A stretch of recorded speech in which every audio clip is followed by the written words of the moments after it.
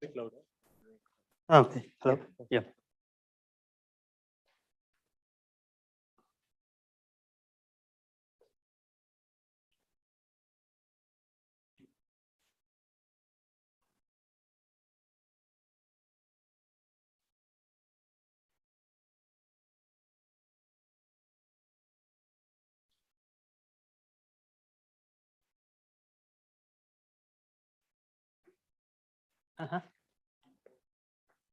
Library.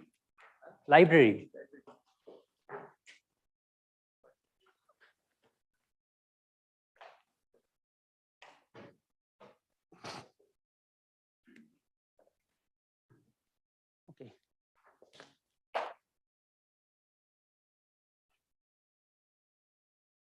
So shall we start? Okay.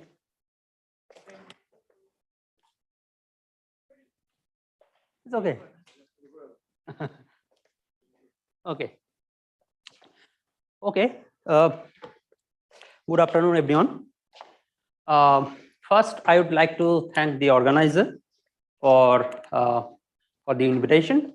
This is the first time I'm in ICTS, and this is a really nice campus, and we have very nice talks for last 2 days. And this is the last part of the school. And what I am going to talk about, introduction to quantum thermodynamics.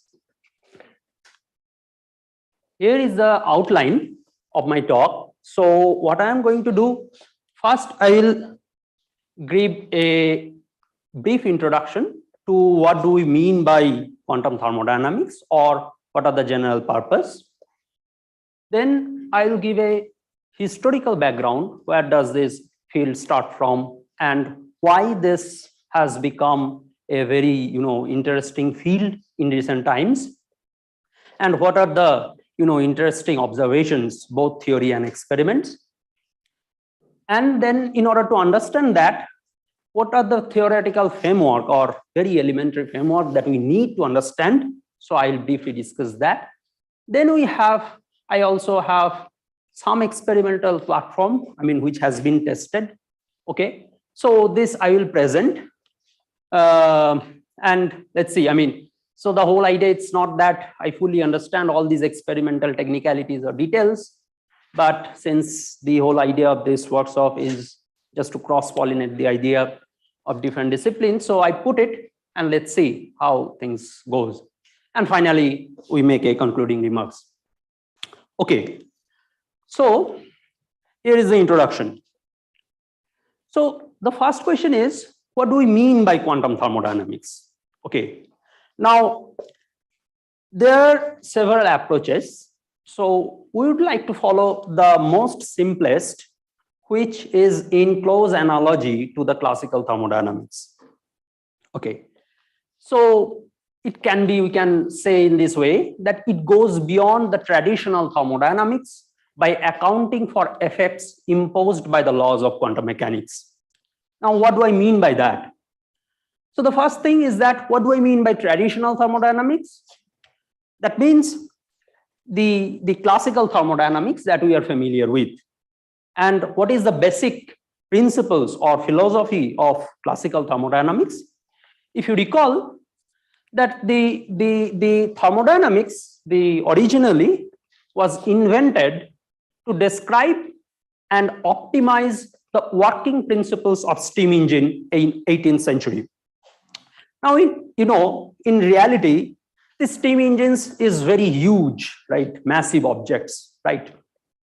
Now, to describe these operational principles of steam engine from detailed mechanical equation of motions, you need, it's very complicated. It will be, all this, don't need to get into all this nitty-gritty. Now, what thermodynamics does, thermodynamics takes a very different perspective or viewpoint. It says, okay, it describes the overall or the average behavior of the engines when it reaches some steady states. Then it looks at, okay, so this is how this engine works. And what are the natural quantities? Is naturally the heat and the work. So in this same spirit, in this complete analogy, quantum thermodynamics, using quantum thermodynamics, we'll see that this also rely on, and another important thing is that, okay, so in classical thermodynamics, you consider very idealized cycle, right? For example, Carnot cycles. Now, what it describes, it does not describe all the details of how the engine works. Rather, it takes very idealized processes, but it gives a very fundamental or universal bound in the form of heat to work, right? So in the same spirit, what I say, yes, is there any question? Okay, so in the same spirit, quantum thermodynamics will see that also rely on idealized processes, which universally describes a wide range of complex quantum scenario. Now, what do I mean by that, or why is it so? Because if it is a many body quantum systems, now to describe it in a proper way, then to describe it or to simulate this complex many body quantum systems will need, computational cost will be exponentially large. On the other hand, this quantum thermodynamics, as I said, in the same spirit like classical thermodynamics, it describes some idealized processes. Using that, you can eventually describe various complex quantum situations. Okay. Now, but still, one thing, when I say it's quantum thermodynamics, one questions or one thing always bother us, or definitely bother some of you, that general perception is that the quantum mechanics is a microscopic theory, which applies to atoms, molecules, right?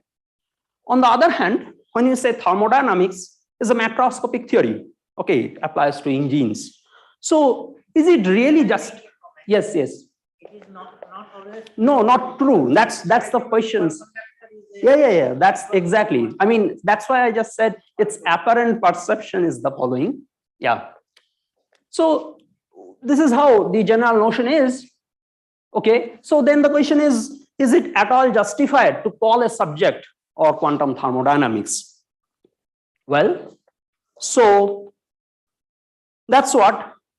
So is there any connections between quantum mechanics and thermodynamics? Because apparently it looks they are very different disciplines. Well, now if we look at the early development. See, in thermodynamics, classical thermodynamics practice, thermodynamic laws. Yes. Thermodynamics, second law. Is the target to formulate? Yes. Exactly. And also the kind of cycles that we have classically, is there any similar analog, or can we implement in quantum settings such cycles? That's the idea. Okay. So the question is what is the role? I mean, if we look at the early development of quantum mechanics, for examples, Planck's blackbody radiations, 1900. Einstein photon concept, 1905. Spontaneous emission in particular, 1916. You see, these are all examples where thermodynamics played a very, very fundamental role in the early development of quantum mechanics. Very nice. See, the cardinal thing is the temperature. Yes. You have a classical equivalent of temperature and quantum equivalent of temperature. Okay, so, well, I will come to it. Okay, I'll come to it. As I said, we have this theoretical descriptions. So first, what I try to, motivate these few findings, and then to describe, okay, what are the basic theoretical framework we need. Okay, so yeah. So if we look at, so then there is a connections, right? So thermodynamics really played a very, very fundamental role. On the other hand, I would rather say, like in classical thermodynamics, although we call it dynamics, there is no dynamics in classical thermodynamics.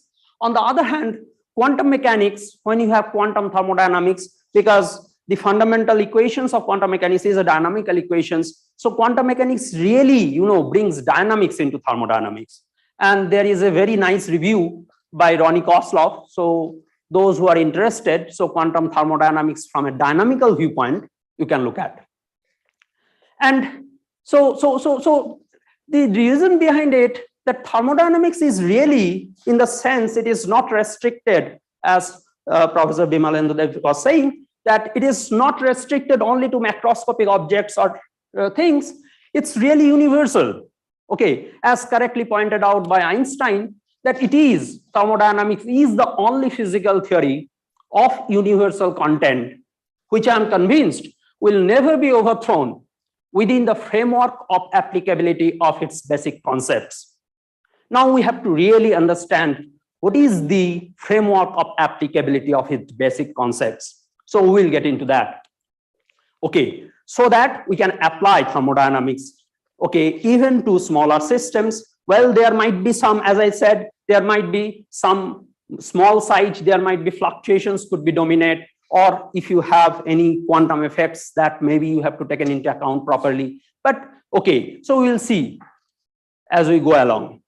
But what I would just want to mention here, that to begin with, although initially thermodynamics played a very, very fundamental role in the development of quantum mechanics, later on for many decades, these two disciplines developed almost separately, and only one exception in our context, this is what we are going to discuss, is that this paper from 1959 from Bell Lab by Scoville and Schulz-Dubois.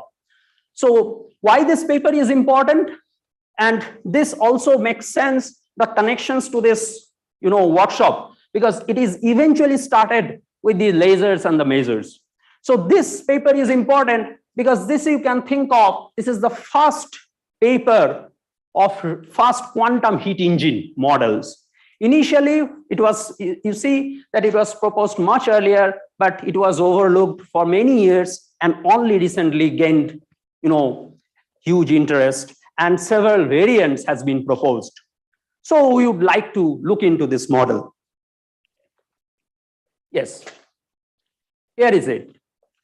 And you see, this is, very beginning of this Physical Review Letters, volume 2. Okay. So why is it quantum, as I said?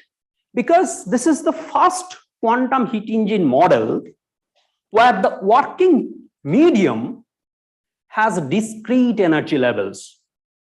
In contrast to quantum, classical working medium, which has continuous energy levels. So in this sense, this is first quantum heat engines. And as you know, in order to get laser and maser amplifications, you need at least 3 energy levels and population inversions. So here is the levels, level 1, level 2, level 3. The way it is drawn, the length of the energy levels is proportional to the populations. Okay. And this working medium is simultaneously coupled to both cold and hot bath. Okay, through filters, okay, which only passes frequency, which is resonate with these. Okay, so like hot bath only couples to level 1 and 3, and the cold baths couple to level 2 and 3. Okay, and this hot bath in maser and lasers. So what usually when you do, like you studied maser and lasers, you don't look at from the thermodynamic perspective. So what Scoville and Dubois did, look this laser operation or maser operations from a thermodynamic perspective. So what you get, that this pump that you use is essentially like a hot bath, which pulls the population from level 1 to level 3 such that the populations of level 2 is greater than populations of level 1. So what I mean by that, okay, let's say you have these levels, okay, initially, okay. So then using this pump, which is essentially a hot bath in your case, it pulls the populations from level 1 and put it there, okay, let's say. such that you have a population inversion, okay, between level 2 and level 1, okay, and then you get a lasing or major amplifications between level 2 and level 1. Now, what is important, what they have shown, which is most important, is that in this context, is that they have shown that the limiting efficiency of a 3-level measure is that of a Carnot efficiency. Now, to how to prove that? If you look at this paper is just a 2-page paper with only these 3 or 4 equations. That's it. But this now become, very, important papers. Well, What is the role of filter? okay, so filter only passes frequency, which is, so it basically, you can think of, it's just this, is discard all the frequency which is not resonate with the level 1 and 3. Okay, so that means you have levels 1 and 3, and that the hot bath essentially only couples level 1 and 3, and the cold bath only level 2 and 3. That's it. So all other, frequency, it's not important for this analysis. Okay. Now, to show this connections to this thermodynamic efficiency, what Scoville and Schulz does. I have a question. Yeah. So this filter is actually a pump from the outside. No? This filter? Yes, because it couples only 1 and 3 level, and it has a specific frequency. So no. Filter does not have. Okay, so filter only passes. So it has in general a broadband. Yes. Okay, so you can think of it's kind of a waveguide which passes only these particular frequency. Okay. That's it. Okay, so then measure efficiency for this. You can think of that this is output divided by input. Okay, so you are basically getting laser and measure between these signals between level 2 and level 1. So that has a frequency nu s, signal frequency. It has its corresponding energy h nu s. The input from the hot bath, so for each photon or each quanta that is absorbed from the hot bath, which energy h bar nu p, okay, h bar nu I amount of energy goes to the cold bath and the rest goes to the signal mode. So therefore you can define the efficiency of this measure and the laser by this, and therefore the eta m is nu s by nu p. Now the question is how do you relate this eta m to the Carnot? Okay, so what they have done is that they rewrite these populations. You see, to get the laser and the measure amplifications, you need a populations between level 2 and level 1. So they write, okay, the populations of this level 2, and you see that both these bath at temperature T1 and T2, and this curve is like the Boltzmann factor. Okay, so depending on the temperature, these are the curvatures. Well, now this N2 by N1, you can write in this form N2 by N3 times N3 by N1. Now, what is N2 by N3? That is how this level 2 and level 3 is the populations ratio between level 2 and level 3 determined by the cold bath. Okay, so it is N2 by N3. So it would be like this exponential h bar nu I kBT0. On the other hand, N3 by N1 is equal to this Boltzmann factor, this determined by nu P and T1 hot bath, right? Now what you can do, you can rewrite these equations in this form, since you know that you just rewrite h nu P is equal to h nu S plus h nu I. Okay, if you just use that form, then this equations reduces to this one. Okay,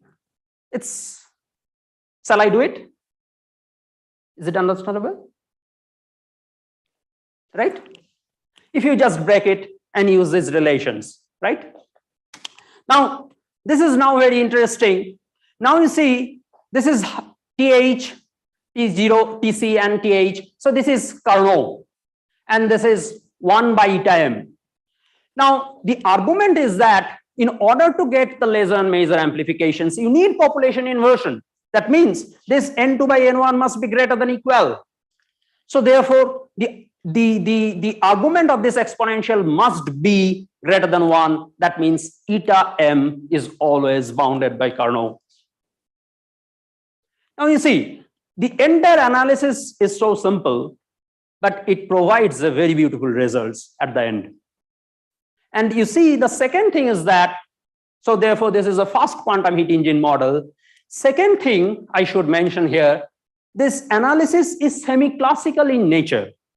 Because you see, although you have the discrete energy levels for the working medium, okay, so you don't treat the bath, okay, so bath has pure Boltzmann statistics, okay, and also this eta m, the laser or the maser that you are getting out from the systems, if it contains, okay, if it is, you know, contains a relatively large number of photons, okay, then you just treat it classically. You can define eta m just by this one. On the other hand, people have extended these models. As I said, these models has, you know, extended in various forms. Now people have looked at it only recently, that what happens if you have quantum effects.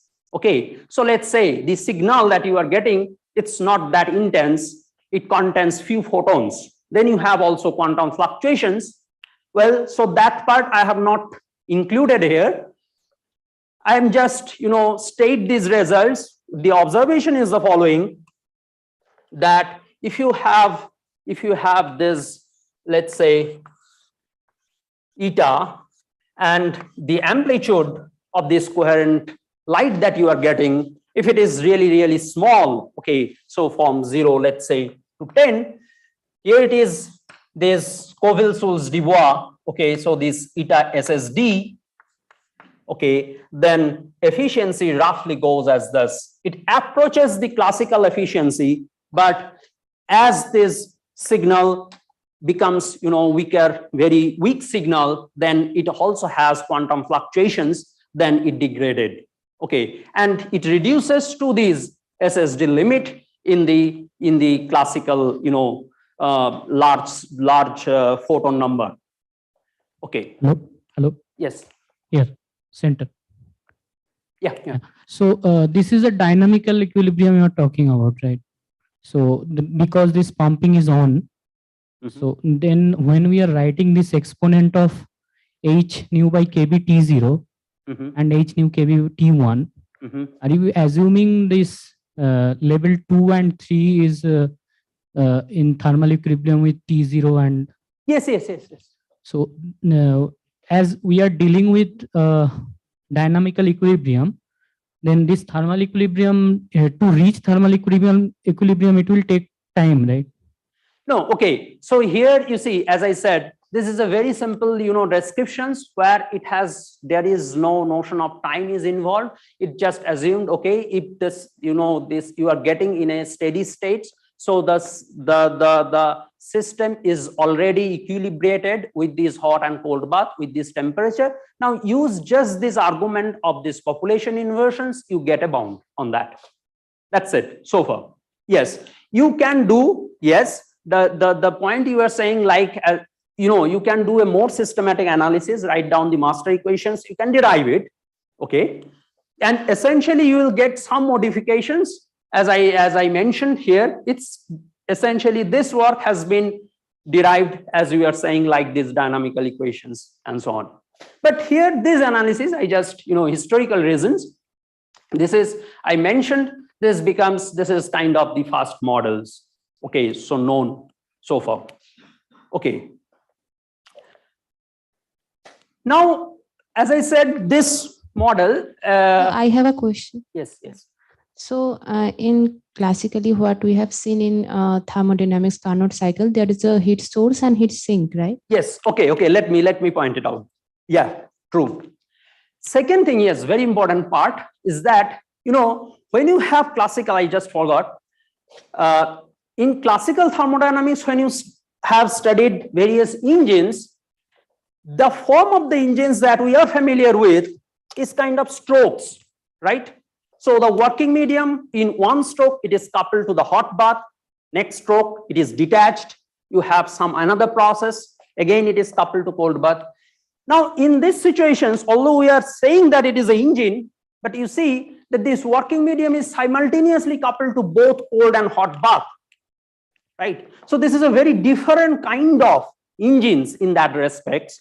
And therefore, quantum mechanics now provides, a very different form of engines, and which in this community usually refer to as continuous engines compared to the other strokes engines or reciprocating engines.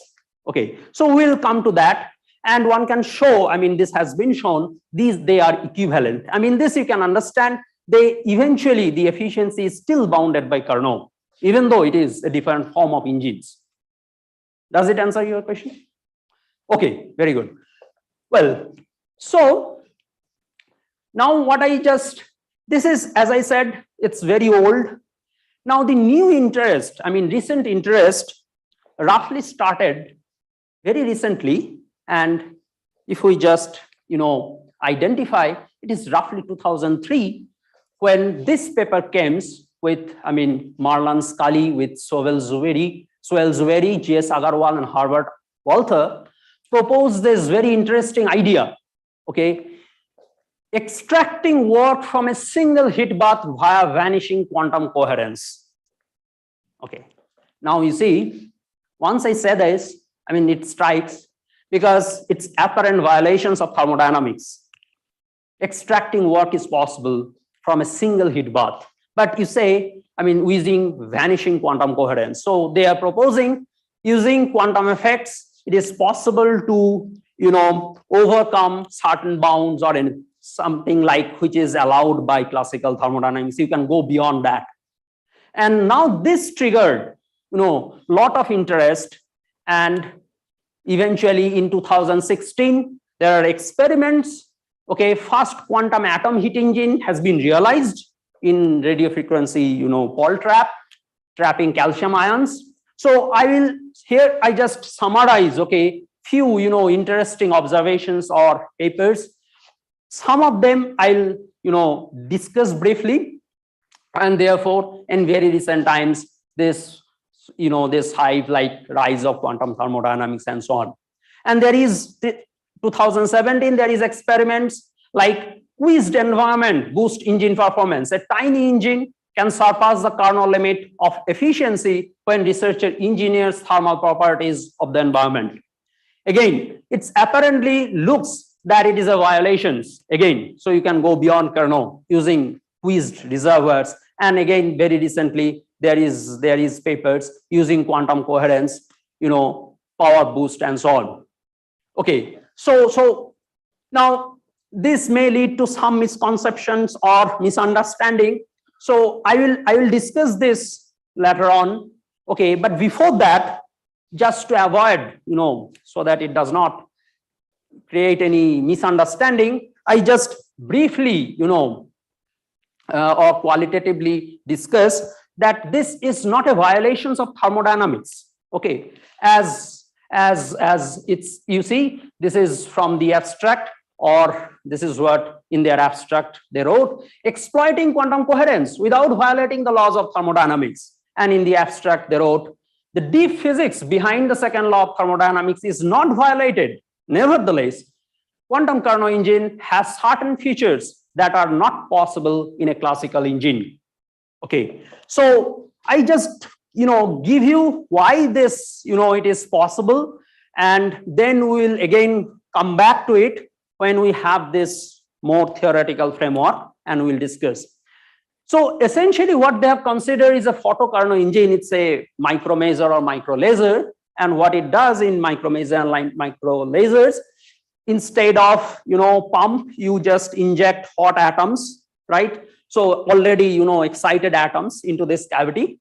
Okay. So then you have this working medium here is the radiation pressure, and V is the cavity volume. Omega is the frequency. Well, n bar is the average number of thermal photons in the cavity. So you have this kind of equations. And if you inject normal two-level atoms, okay, then you can have a, qualitatively you can have a temperature which is given by just by this one. Then you recover like SSD. One can show that it is abide by Carnot. Now, what in this paper they have shown, or they exploit quantum coherence.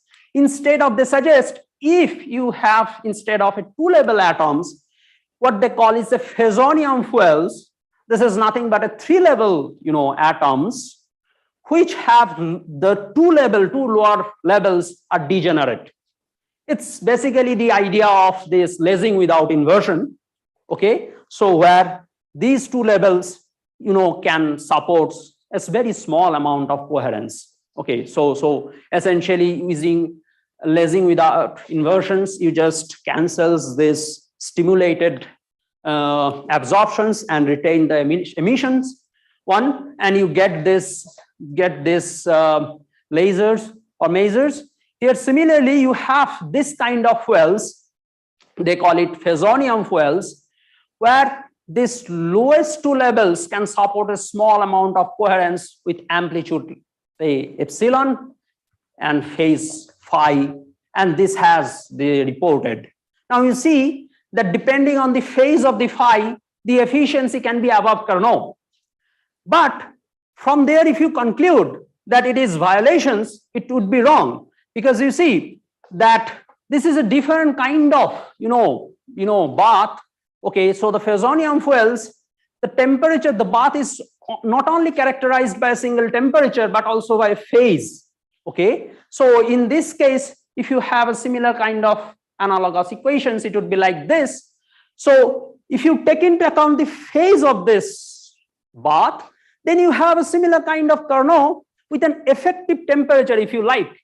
Now, depending on the phase, okay, of this bath, you may, apparently, although Tc is equal to Th, well, so what they have done, there you have a working fluid and it is coupled. Let's say you have a working fluid, okay, and it is Tc and Th, to temperature. You can understand if both the temperatures become same, you don't get, work. So it is not apparently possible in classical thermodynamics to get work in a cyclic process from a single bath. On the other hand, here they have this hot bath is a phasonium one. So it is also associated not by temperature, but by phi as well. So it's, on the face of it, if you look at, it has, same temperature, but depending on the phase, due to this phase, effectively it has a higher temperature. So if you take into account this one, this phase as well, so then you are fine.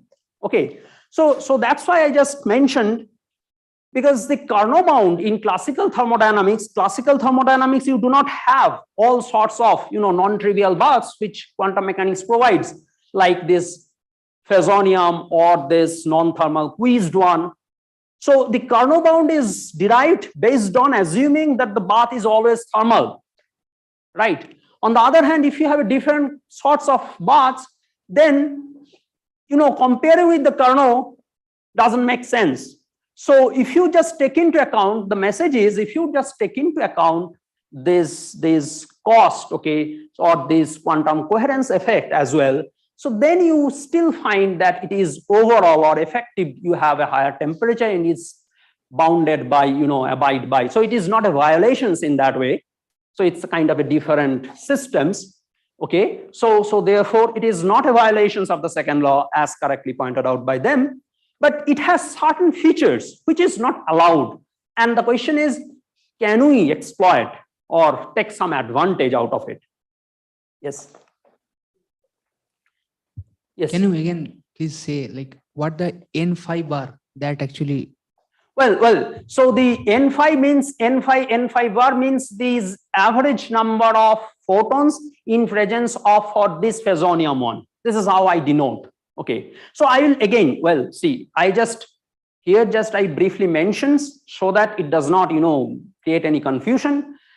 Just for the time being, just as, take it that it is, thermodynamics, the laws of thermodynamics is not violated. If you just take into account the cost that you create due to this quantum coherence or correlations or entanglement or, non-squeezed bath, if you just taken into account that effects as well, then you are abide by, you are consistent with the classical thermodynamics. But if you don't, apparently you may end up with this very, strange results. That's the thing, but we'll see. Okay. So now for a systematic understanding, we just have a brief review of this basic, classical thermodynamics. And as I said that, classically you do not have dynamics. So as correctly, Callan's book said, it's not thermodynamics, but thermostatics, sorry. Yeah. So, and what we know, okay, you already know that the central notion of classical thermodynamics is equilibrium. And the central concept is the energy. And you have the cycles. So you have thermodynamic transformations, right? So they are processes from one equilibrium point to another equilibrium point, right? And the states of the equilibrium are uniquely characterized by an equation of state, right? And this involves, right, experimental measurable parameters, like for ideal gas, it is pressure, volume, temperature. Two of them can be independent and one is determined from the equation of state. For instance, F is a function of PVT, right? And for an ideal gas, PV equal to NKT, right? And then you have this thermodynamic manifolds in terms of pressure, volume, temperature.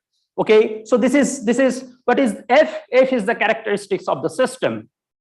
Okay, so in general, we assume F is continuous, differentiable, right? And well, if it has some discontinuity, then apparently you have phase transition. So we will not get into that. So we will consider F has a very smooth behavior. So you have, so this is the thermodynamic manifold. So I have taken this pictures from this book. So this is a very nice book you can look at. So this is kind of an introduction to quantum thermodynamics and quantum informations by Defner and Campbell very recently. Okay, so on this surface, all these points are equilibrium points of the states, of the systems. And then you have the thermodynamic transformations is like this blue line, which connects, okay, one equilibrium state to another. Right. So then you have a quasi-static process that you are familiar with, which is very idealized processes, infinitely slow processes, so that the system is always remain in equilibrium. Right. So and so then if you have from quasi-static process from one equilibrium state to another, then we call this as a reversible transformations. And any curve, okay, connecting these 2 points, any curve which lie on this surface is a reversible, so there is no directionality. On the other hand, any curve which is out of this surface is, irreversible process, describes irreversible process. And then you have this set of laws that you are all familiar with. First law of thermodynamics. Well, pardon me, because this is exact differential. These are not, but I couldn't put it this usually this bar. Yeah. Okay. So in keynotes, I didn't find it anyway. So the D bar is not taking any. So anyway, so hopefully you understand. And then you have this. So heat. Well, work and heat. Okay. Work is the form of energy which is useful on the heat is waste in the form of, in the surroundings. Second law, in the form of Clausius inequality, this allows, in terms of the entropy, it connects. And the third law, we'll not get into the third law. I am mostly interested in how to define heat and work. Okay. And then various thermodynamic processes so that we can realize the cycles, okay, and how to implement in quantum settings. So that's the main target. But third law, there are some papers also like third law is violated in some quantum systems like Magnon-Bath and there are the different statements of thermodynamics are not equivalent and so on. But I mean, these are debatable, so I will not get into that. Then you have this, this here, the equality is equal sign is corresponds to reversible process, inequality reversible process.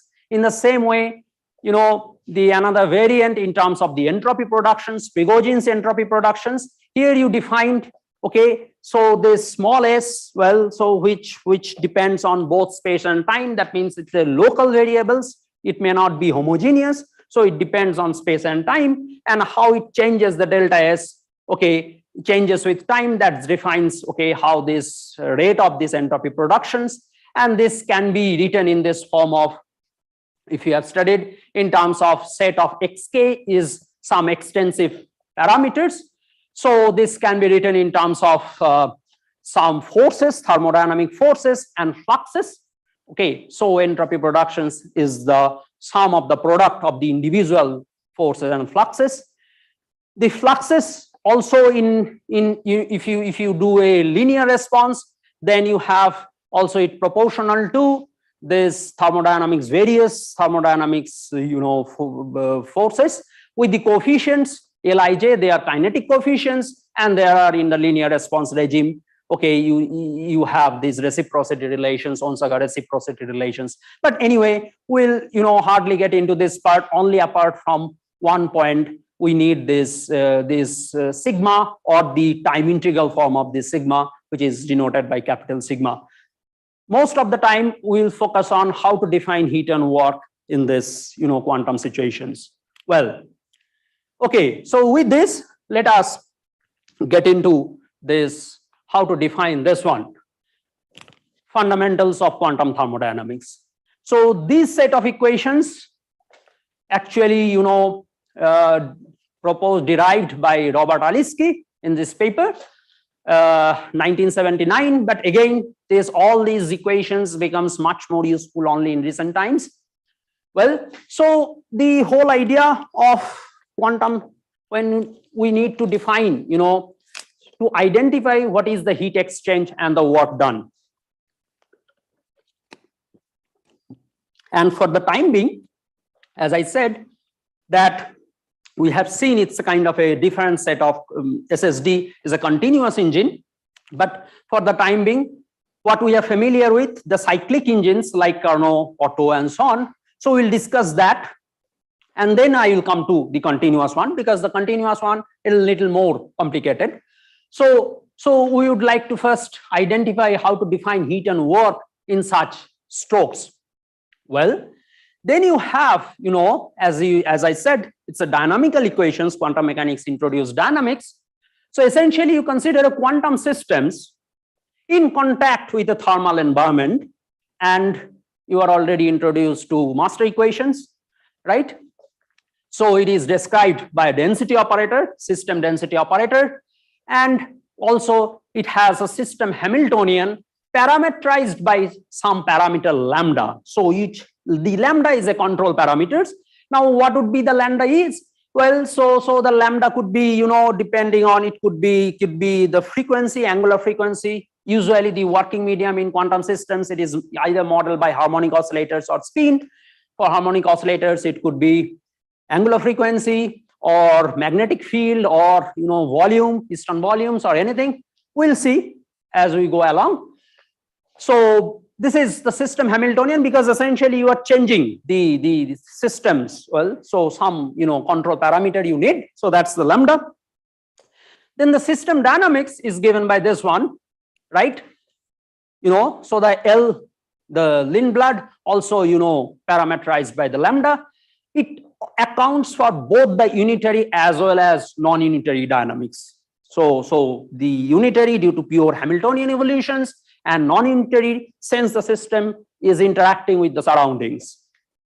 Okay, now what you do, so first we would like to get into first the equilibrium, what is the corresponding analog of the equilibrium thermodynamics. So you consider eventually the systems will thermalize. Okay, so the equilibrium state of the systems is this Gibbs state. Okay, so rho equilibrium will be beta is the inverse 1 by kT, and Z you identify. This is exactly like you do in classical thermodynamics. I mean the quantum statistical mechanics you are familiar with, or I mean exactly in the same line, right? Z is the partition functions. Okay, and you can define, well, Helmholtz free energy. It's exactly like, you know, you are already familiar with classical, same set of equations. And then you can define the internal energy, the average energy. Well, this would be like this one, and the entropy, von Neumann entropy, you can define. If you just plug that in, rho equilibrium here, it would be like this. So exactly like you are familiar with, the entropy is related to, you know, statistical thermodynamics, internal energy and the Helmholtz free energy. You can have same set of kind of equations. Then the first law of thermodynamics would be the change in the energy would be like this, two contributions, either by change in this one or change in this Hamiltonian, because the Hamiltonian also parameterized by lambda. Okay, now you can identify this one would be, okay, if you just plug that in this equations. Well, so this is like this change in this Hamiltonian, keeping so rho you can think of the populations. So if you don't change the populations, you change only the Hamiltonian, it's like the, you know, you are doing work. So this is dW, and you can identify, if you just take the derivative difference dF, then you can identify this quantity. If you have this, but Z is this one, you can just identify dF is equal to dW, as you are again familiar with the classical thermodynamics, statistical thermodynamics. On the other hand, this part, okay, so for isothermal process, it's very easy to identify. We'll discuss the processes as well. For isothermal process, the temperature is fixed, right? If you have the temperature fixed, then you can immediately identify this one. Okay, so let's do that, and then I'll come to this one, or maybe, okay, so just mention this one. So these definitions, well, so you can identify this as work and this as heat. We'll show you how this comes, you know, dq is proportional to the ds with this form. But before that, all this set of equation is true, you have to keep in mind, if the state is in the Gibbs state. If it is not, okay, so this set of equations is complete analogy to classical thermodynamics. On the other hand, if you have, you know, some quantum effects, and you can understand this master equation, when you write the basic assumptions, it is weakly coupled, ultra weak coupling. So definitely if you have a strong coupling, then you have system path correlations, you know, so then, or you have non-Markovian, it's a Markovian master equations. Again, if you have a non-Markovian effect, things will be very complicated. And so we not, you know, for the time being, we are not considering all these, you know, for simplicity, we just write down in that situations, in the ultra weak coupling, if the equilibrium state is a Gibbs state, you have this simple identifications of heat and work is possible. On the other hand, if you have a non-Gibbsian state, then it does not reach to necessarily to equilibrium, some steady state, then you have to, you know, so then you have all these, you know, like this phasonium and all that I have discussed. So the whole point is that the heat is that form of energy which you can identify with the change in entropy. On the other hand, in case of non-Gibbsians, this I just state, I will not, you know, I just show you how to, you know, as an exercise, you, I mean, I will give you the steps. I mean, I will tell you the steps, you can do it. So what you have to do is like this total change in this heat, which is essentially like here you identify this is dq. This equilibrium is replaced by the steady state. So that's the total change, okay, the systems, the amount of heat that is exchanged with these surroundings.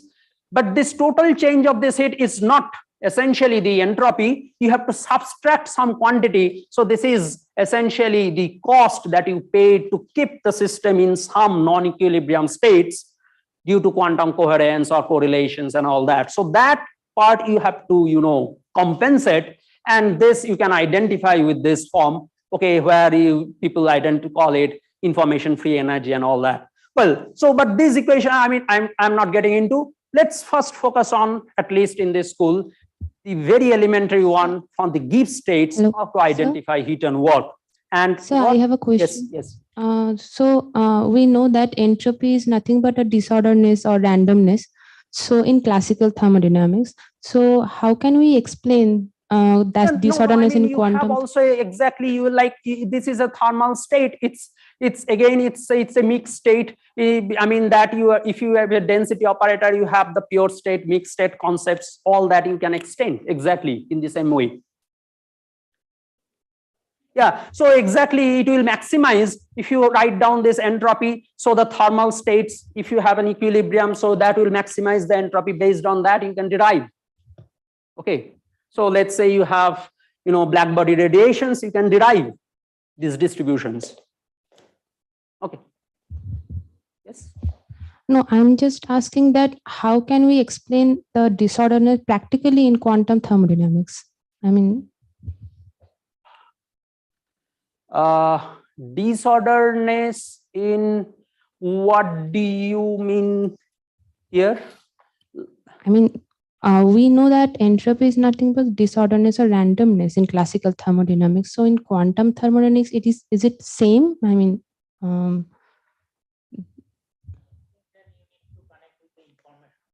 Okay. Yeah. So in that way you can. I mean that. Well, so I mean we will not get into that one, but definitely it is possible. I mean particularly in the context of quantum informations, I mean people have extended. Okay, but anyway, so for the time being, if we just consider this one, okay, so just see how this dq for isothermal. So now let us define. Is it possible to define similarly the thermodynamic processes? So we have these equations.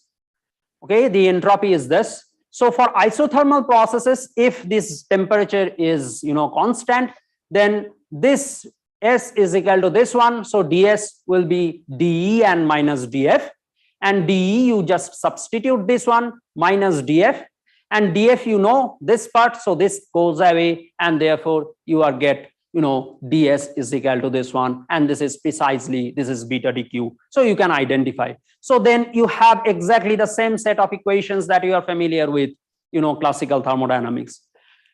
That's isothermal process you can think of.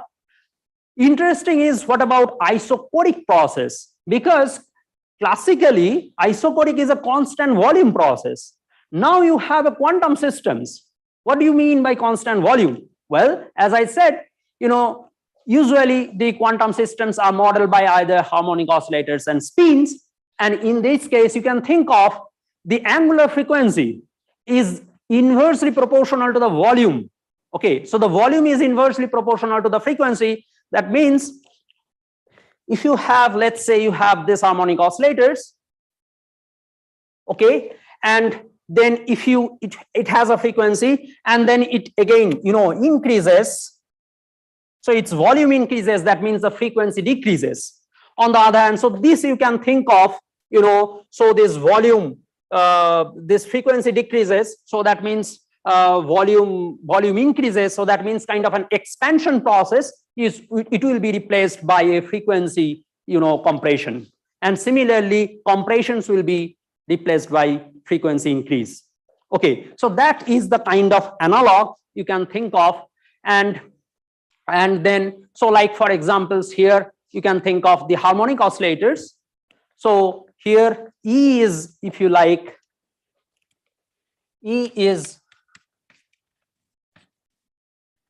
okay, so you can have 0 point as well. Well, for the time being, let's say, okay, so normally in a harmonic oscillators, you have n plus half, where n runs from 0, 1, 2 up to infinite. And as I said, these harmonic oscillators are also in a thermal bath. So this, then it will be a thermal average. Okay, so if you do that thermal average, then it will be this N will be thermal average. So that would be your, in this case, it would be Bose-Einstein distributions, Bose distributions.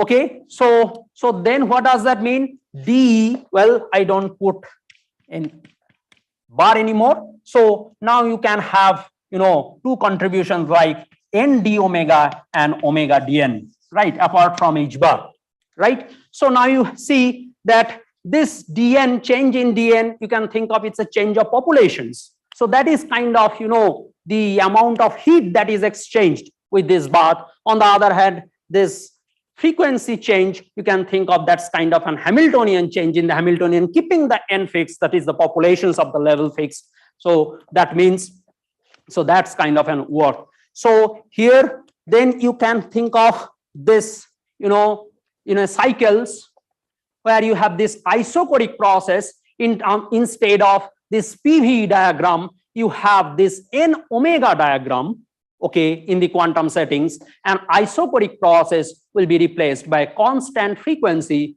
On the other hand, isothermal process, it's a constant temperature, then depending on, because this depends on the dependence of the N with the omega, N with the omega, and this, it is this one.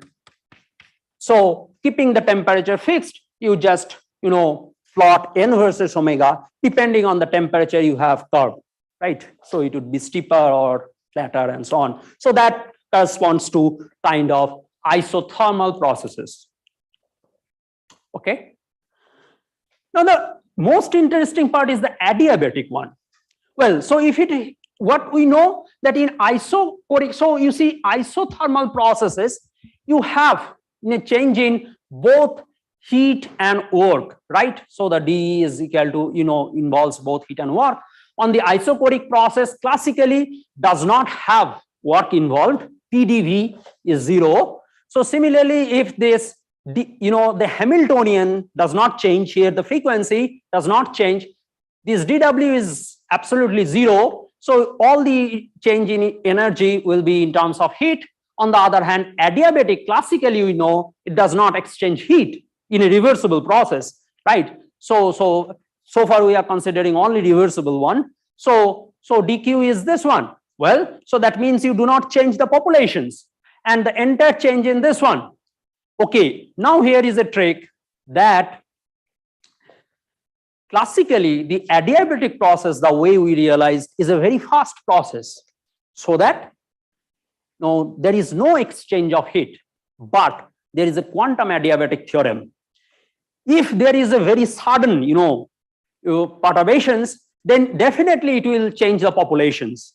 So there is a fundamental difference between the thermodynamic adiabaticity and quantum adiabatic processes. Quantum adiabatic process must be carried out quasi-statically. Otherwise, there will be a change in the populations, in contrast to the classical adiabatic processes. So that's the fundamental difference, between this. Otherwise, you can define very similarly, you know, various thermodynamic processes analogous to the classical thermodynamics that you are familiar with. And, you know, So, yes. yeah. Yes. I have two questions actually. Yes. The first is when you said that volume is now represented by the frequency. Inverse of the frequency. Inverse of frequency. So frequency is related to energy, right? Yes. So we yes, have angular frequency, yes. We already have the notion of energy dE. So we are changing dE. We have this equation. Yes. Yes. And then when you are saying that we are changing volume, again the frequency is changing, as the figure is also saying. No. Okay. See, I can change the energy either. I have two terms, right? Either I change my populations, keeping the frequency fixed, or changing frequency, keeping the population fixed, right? So the work is kind of the mechanical one, where you do not change the populations of the levels, right? But you change this, you know, this system frequency, this Hamiltonian only, so that you kind of doing something mechanical work.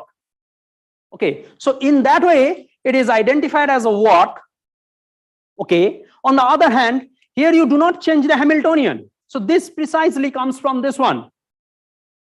Okay, because, okay, so I understand here this N average is average population, thermal average population, because you are looking at from the microscopic pictures, right? So that's the only way you can identify heat, because the heat is essentially will change the populations of these different energy, discrete energy levels due to the interactions with the reservoirs. That's the way you can, identify heat and work. So there is, yes, there is a difference, like we classically the way we understand, but here you have to look at also the microscopic levels. So the only heat you can identify with the change of the populations without changing the frequency. So another thing is that, so as you were saying, to keep this engine running, we need to change this Hamiltonian again and again. Like, is it a Floquet Hamiltonian, like finally? Well, okay. So for here, we are not precisely saying it's a time dependent. Yes, you can, let's say you have some periodic modulations or that sort, then definitely you need to go into like Floquet master equations you have to derive at in the flow. But here I am just, the reason is that you are not changing, when you have this Floquet, like it's not a quasi-static process, but as I said, all these processes has to be very slow. So therefore I just, introduce this parameter lambda. Okay, so I am gradually changing the frequency, but keeping that system is always in equilibrium. Okay. In that spirit of the classical thermodynamics, so that it is analogous to that. Okay. But yes, if you can have also external modulations and so on, which is not in this way. So then you definitely have Floquet. Then what people do, take a time average. Only in that case you can derive various quantities. But then you will have this heating problem. The system will heat up eventually to have continuous energy problem. Well, okay. So for the time being, I mean, I am not getting into that. Okay, so let's at the very elementary level, just identify this one. Okay, yeah, definitely you cannot put it very fast as well. I mean, there are conditions and so on. Okay, and this is a very recent review. I mean, you can look at. Okay, so essentially I have driven by this particularly this review and the books that I have mentioned, so you can look at. Okay, so with this, once I have these various processes, I can have the equivalent, quantum cycles like for Carnot. Okay, so you can understand it involves adiabatic and isothermal. Stirling cycles involve isothermal and isochoric process. So then essentially in the N omega plot, this Carnot and this Stirling would look like this one. Okay. So again, as I said, like this H lambda, you can think of, you have this average. Well, so this you have studied like the density operator in the state. I mean the way I am writing, it's in the form of this number state basis. So then essentially this E is essentially this Pn, the populations. And this one, so this you identify exactly like a work, and this is like a heat.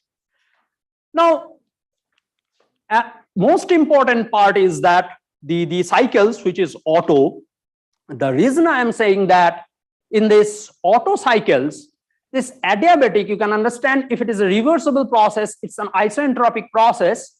On the other hand, isochoric process, there is no work done. So N omega plot, it looks like exactly like this. And the point is, if it is an adiabatic process, so there is no heat exchange. It is an isochoric process, there is no work exchange.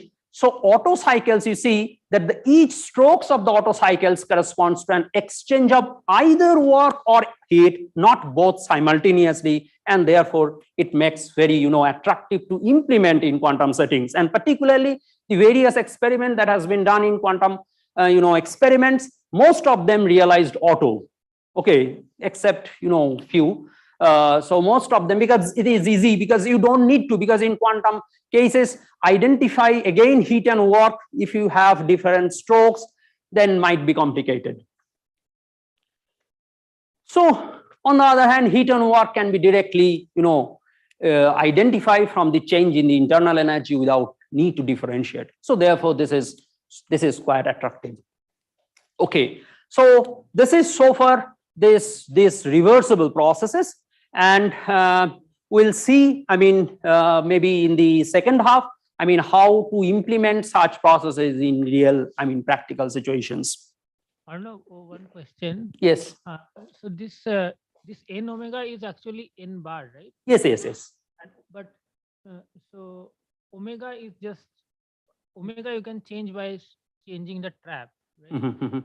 But Usually in experiment they assign some electrical noise, so which acts like a hot bath, so thereby that excites or populates the energy levels or change the populations.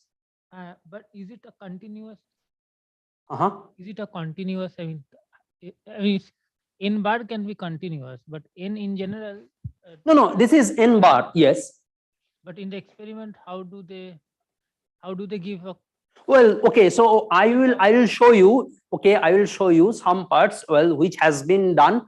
The technical details, as I said, I also don't fully understand. Maybe, we can discuss. Okay, so, and then it might be a good idea. Okay, now this one, so far it is completely reversible cycle. Now let us ask another very interesting questions, that you are familiar with Carnot cycles classically, and in equilibrium thermodynamics, the optimal efficiency, you know this Carnot theorem, it says that all the reversible cycles has a maximum efficiency, and that is Carnot, right? So it is bounded by Carnot regardless of this working medium. But the Carnot efficiency in classical system is obtained in the limit of infinitely slow quasi-static process, and then there is no notion of time, and therefore there is no notion of power, right? It's a zero power, right? But in all practical situations, you are interested in finite power. Now, how to introduce that? Okay, so that's what is the finite time thermodynamics, or in technical language this is called endo-reversibility. And this is the paper, seminal paper by Carjon and Arborn in 1975. And all these, all these engines, this nuclear power plant and all that is worked essentially not by Carnot, by Carjon Arborn. This is much more practical efficiency. What they have asked, okay, the questions they have asked is that what is the efficiency at maximum power? Okay, now how to introduce power or finite power in these systems? Okay, so the idea again can be borrowed, as I said, in the sense of Prigogin's and Onsager's, is these local equilibrium concepts. So that means when you see, like for examples in the Carnot cycles, when you have these isothermal strokes, if you just ask yourself, like here you say that I am exchanging heat, energy, QH or QC, okay, at a temperature TH. And the question is, can you exchange it, heat at a single temperature? No, right? You need a temperature gradient. So that's exactly what has been done in Carjon-Arborn paper. Now, in order to, introduce this temperature gradient, you must have these concepts that your working medium at some temperature, which is not that of your surroundings. Okay. Yes. So what do you mean by this endo-reversible? Well, okay. Oh, yeah, it's exactly not reversible. I'm just saying. Well, so this idea is that, so the working medium has a local temperature. It's an equilibrium temperature, but only in local sense, not in global sense as the surroundings. Okay. So then you can think of, there is a temperature gradient at the boundary of this working medium and the reservoirs.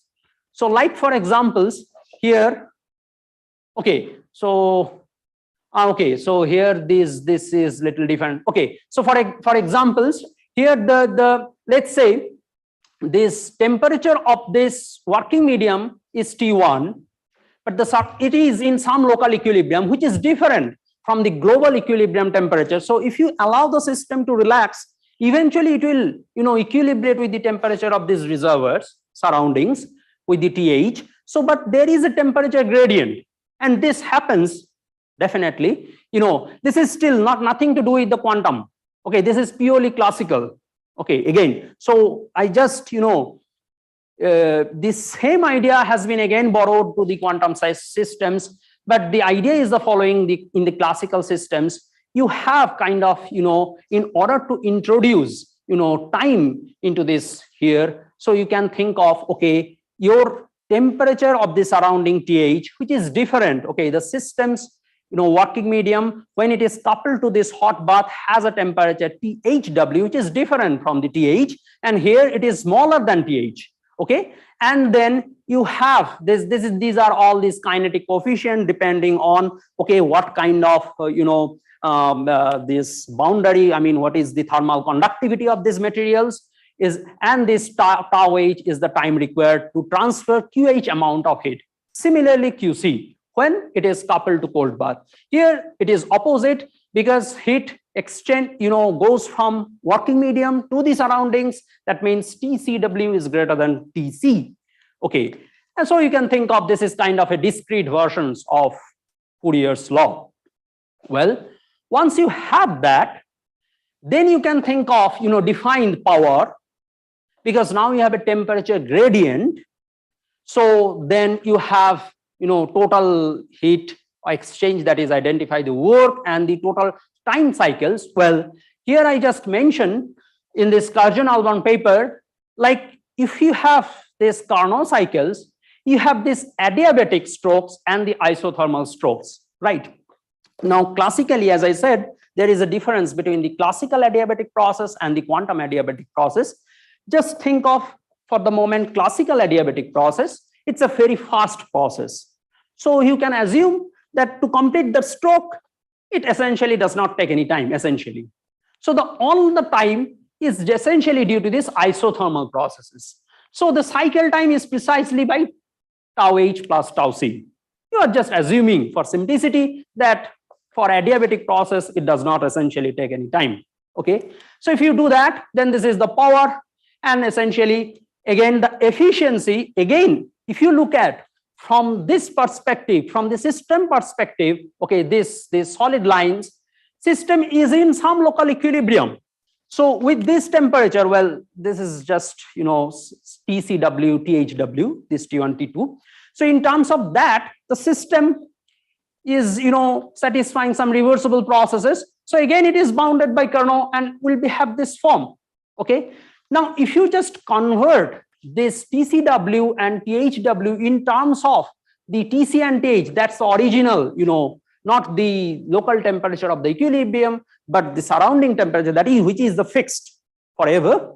If you just convert and do this analysis such that you maximize the efficiency, efficiency at maximum power. So you maximize the power and then determine what is the efficiency. You get a very beautiful results, and this TC by TH just replaced by square root of this one, and this is what is known as the Karjan-Alban efficiency. And this is is very useful results, but at the same time you should remember that this is not universal in the sense of Carnot, because this depends on the models. Okay, this depends on these kinetic coefficients. So it's not necessarily that systems, it has to be always bounded by, it may, maybe above, Carnot, Karjan-Alban, but definitely, so it's not universal in the sense. Okay. Yes. So this maximization, does it give you the values of tau H and tau C, or does it set the temperatures? Yeah, so tau H and tau C in terms of this one. Okay.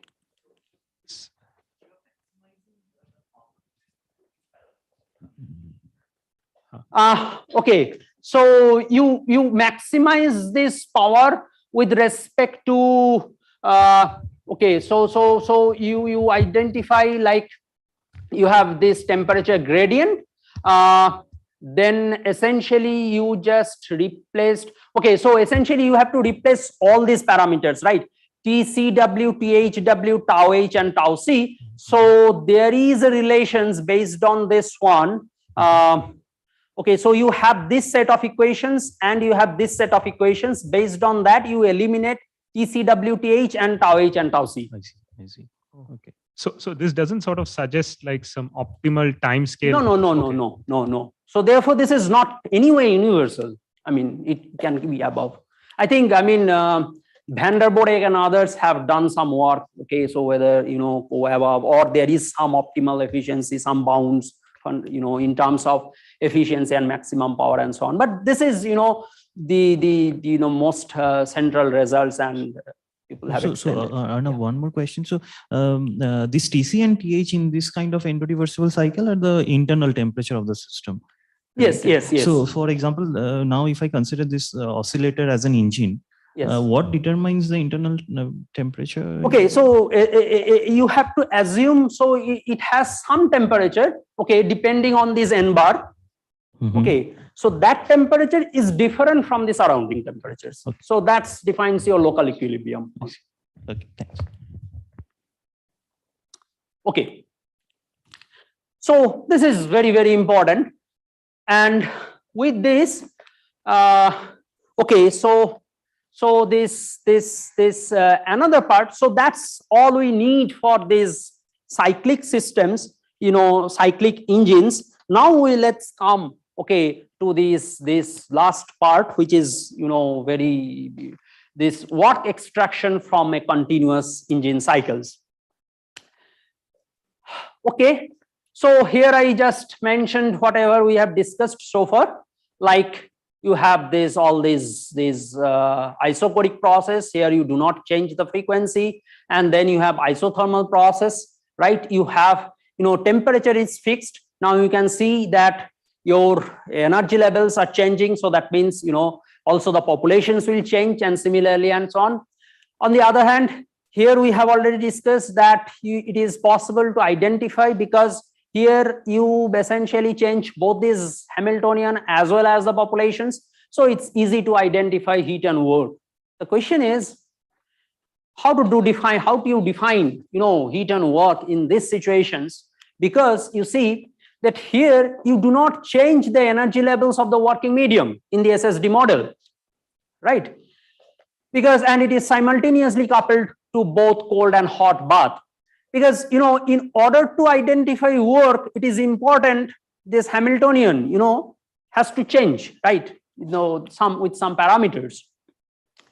Okay, so in this case, what you can do, you can understand. So if you do not change the Hamiltonian, and also if the system is also in some equilibrium, right? So then definitely this dW will be 0, right? If you do not change the Hamiltonian, as it is the case for these continuous engines, you don't change the Hamiltonian energy levels, definitely this rho cannot be in equilibrium. Otherwise, it will not give, you know, non-zero work. So entire internal energy will be entirely equivalent to the heat, okay, dQ. So this is what I just schematically shown, that in this case, if it is purely, you know, thermal equilibrium, like in a Gibbs states, okay, in quantum cases, you can think of it's a Wigner phase space distributions centered at the origin. So then definitely you cannot, from such states, if the system is already in such states, you cannot extract, you know, energy from these systems in the form of work. Okay, so in order to extract work, the system state has to be, you know, displaced, either, you know, in a very schematic way. It's not in centered, it may be some displaced thermal coherent, or maybe even squeezed, so you know, squeezed in one of the directions again. Well, so then you can think of, okay, so the question is then what we can say about this work? Well, Now you can see that the heat is that part of this energy, okay, so which relates to entropy change. And if you have, let's say for examples, okay, this kind of state, okay, which is definitely not in these lowest energy states, which is a mixture of, you know, different Fock states. If you have make an unitary transformations, just reshuffling this energy eigenvalues in a monotonically decreasing order, you have another state pi, okay, and this, once you have this kind of states, you can have under a unitary transformations, you can guarantee that the von Neumann entropy trace rho ln rho that is under unitary transformation is same, because if rho is transformed to pi with these unitary transformations, this you can guarantee. So therefore, definitely it does not contribute to this heat, and definitely all the energy exchange you can extract in the form of work. So that is gives you a bound, okay, that's the maximum amount of work that you can extract in the form of work. And sometimes this is called also ergotropy, because with these notations it is usually denoted, it is because it is the energy exchange, maximum energy exchange without the change in the entropy. And you see, by definition, this ergotropy is always positive, because this states has a more energy than these states, because this is what is called the passive states, because you states with a monotonically decreasing energy, you cannot lower it further. What are the examples? You can think of the vacuum state, okay? So one of the examples, Gibbs state is another examples.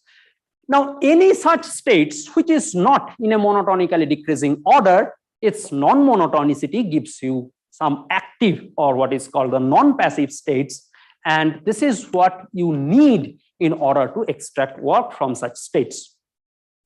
Okay, so and the difference between these states you can, you know, extract in the form of energy, you know, I mean form of the work. This is called ergotropy and so on. So that's the, you know, thing you can do with such kind of continuous cycles. And then how to extract, how to realize these unitary transformations in practical situations. That could be a beam splitter transformation, what it does, a unitary transformations. Let's say in your case, I mean in this case, let's say this you have some laser measure output which is in some state which is you know, maybe it is displaced as well as it could be squeezed. I mean, any of them, I mean, okay. So because this stores energy, right? Because if it is squeezed, you can first, you know, make an unitary transformation, as Professor Girish Agarwal was saying, like you can unsqueeze it, okay? So again, you can bring it, and here in the second case, you can simply bring it to the origin. So that's the difference you can extract. So where here you have a beam splitter, you have one port, you have a measure output, in the another port you have a local oscillator, where in state you just have this one. So it will be amplified, and in the another port you get the thermal states. And we will see, I mean, how this in experiment these are realized. Okay, so that's it. With this, okay, so let us stop here. Maybe, I mean, we'll come back. So that's it, right? I mean, yeah. Okay, so I have some parts, maybe I can continue after a break. Is there any questions? So maybe I can.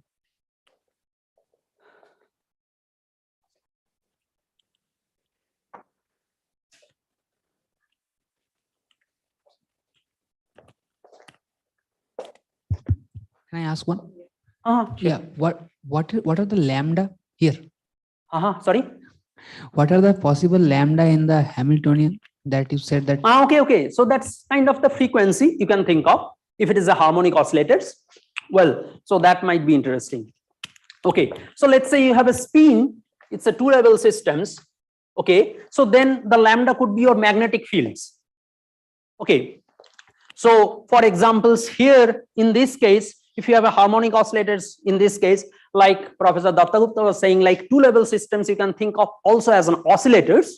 Okay, so like in harmonic oscillators you write H cross omega n plus half, right? This you obtained from this commutation relations, this one, because it is bosonic, and here n goes from 0, 1 to up to infinite. Okay. On the other hand, if it is a two levels, so this, if you just replace this commutation to an anti-commutations, you have, this number operator. If you define number operator A dagger A, and they obey anti-commutation relations instead of commutations, okay, you end up with n square. In this case will be n. So the values, okay, so that would be like 0 and 1. So it has exactly like the occupation 0 and 1. So it has also, two level system in terms of these operators, ladder operators, creation and annihilation operators. It has a very similar structure, only you have a change in this one. Okay. So then exactly you can identify this one, DE. Here, I mean, previously I dropped this plus half, but this plus half is now very important for two levels, because you can understand this n for bosonic case, it's the Bose-Einstein distributions. For fermionic case, if it is two levels, it is a Fermi-Dirac distributions. Okay, so this n bar, it would be like this one. Okay, the plus one is fermionic and this one this. Then DE would be, it would be like n bar plus minus half d omega apart from this h bar, and the other way would be omega dn bar. So again, this would be identified as a heat. On the other hand, this is work. Okay. Now you can see, if it is a harmonic oscillators, n bar is, can take values from 0, 1 up to any continuous values, and n plus half is always positive. On the other hand, if it is a two levels, n bar is bounded between 0 and 1, 0 and half, right? 0 and half Fermi-Dirac distributions, because this plus one, right? Either it's 0 and a half, then this n bar minus half can be even negative. Okay, so the analog is this following. You see, classically dW is equal to, you write minus PdV, right? If you have a volume expansions, this is the conventions we usually followed, right? If you have an expansions, the work is negative, we say, okay, system has done work on the surroundings. If it is positive, dW is negative compressions, work is done on the systems, and so on. Harmonic oscillators, this dW is changes to n d omega. Now you can identify that it is just the opposite one, because it's the oscillators. Change in this volume expansions is like frequency compressions, and the other way around. Okay. On the other hand, for two level systems, it's exactly, dW is equal to this one. This essentially originates from the applications of this magnetic field. That means if this magnetic field is large, the energy level splitting will be large. So that's kind of an expansions. If the magnetic field is small, the energy level goes so that. So here for spins, it is a direct analogous, but on the other hand, if it is a classical systems, you can have a direct analogy. Okay, so the volume is inversely proportional to the frequency, but you can understand spins does not have any classical analog. So you cannot think of such analogy for this case. But in terms of the magnetic field, strength of the magnetic field, so applications, if you increase the magnetic field, so energy levels, the difference energy gap will be larger. So that's kind of an expansions, smaller magnetic field compressions. And this has been realized. I will show you. I mean, this is how people also construct the cycles, like applications of these fields. Any other questions? If not, there is an announcement that this last online talk, which was supposed to be at 7, because of some scheduling conflicts, we have to prepone it to 6 p.m. Okay, so Arnab, your talk will is supposed to be ending at 5:30, right? The next one. Only half, or maybe I can just continue and finish whatever you like. I mean, okay, so it's No, 4:30. Okay, so yeah, before 5:30, definitely. Definitely. Yeah, because I mean, whatever I have, basically the experimental some setup, but that I do No, not you have have 1 much to hour. You can discuss. take full 1 hour. So after, so at 5:30, we'll take, sure. or whenever he ends, we'll take a shorter break. So now around half an hour, and by before 6, we'll come and assemble here. And we can continue the poster after Rainer's blood talk is done.